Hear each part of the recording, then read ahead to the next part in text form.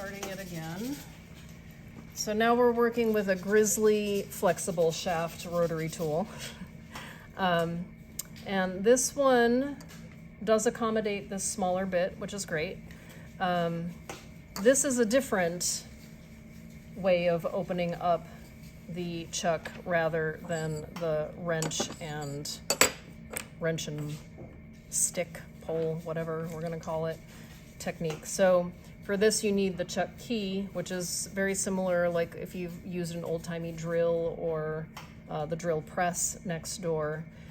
But just know that there are a few different sizes of these as well. So if you try to insert the little peg here into the hole and the teeth are not lining up, then hunt around for the correct one, because there is this size that works with a lot of the Fordhams, and then there's like another bigger size that you'll just know right away that it doesn't. Where do we find those? They're just living on that table over there with the rest of the flexible shaft machines. Okay. All right. So now to work with a bit instead of a cutoff disc.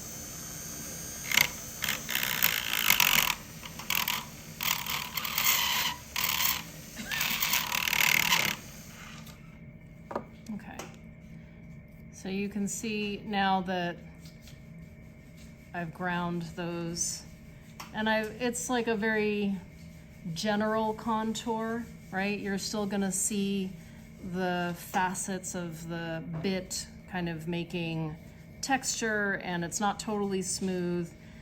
So once I get it down to this, my next step would probably be working with the manual files and filing the surface, and then from there sandpaper, right? And you could, if you wanted to, instead of doing hand sanding, you could work with the sanding drum that works with the rotary tools. All the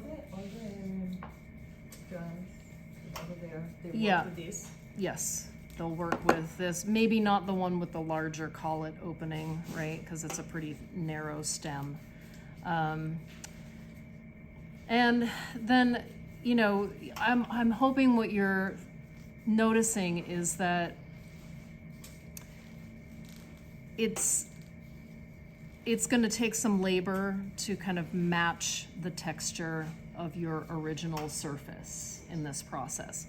So when I'm coming around with you and consulting with each of you and drawing out how you're going to mount your piece on the flask base initially, this chasing process, the process of cutting and then shaping and then smoothing, is why we choose to mount our sprues on surfaces of your rings or objects that are convex and smooth. right? Because imagine if I had like mounted the sprues inside of the ring, how much harder that's going to be to cut them away, right? So when it's possible, we mount on the outside and on an area that we know is going to be easy to kind of regain that texture and surface. Okay. And then, you know, after you take it through the cutting, the grinding, the sanding, then you might choose to tumble it, right?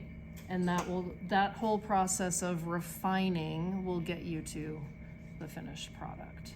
How do you get the investment out of the small cavities? Yeah, if you still have, like in here, I still have some investment in these little tiny cracks. In fact, I found one of these tools in the bottom of the water tub, which is not where it belongs, obviously, but just little picks like this. And so over there in those drawers, the dental tools. What's the matter? Oh God, you scared me. I thought Sophia hit you with her crutch or something. So you're like literally just kind of picking the investment out and making Ronit very uncomfortable. Right? Do you tumble only silver or other metals? You can tumble the other metals too. Yeah. Gold, bronze, whatever we have. Mm-hmm. So I tumble before I spray it then. I would, yeah, because once you spray it, that's kind of like your last thing. Cool. All right. Any other questions? Okay. Work. Thank you. Would I be able to use your setup?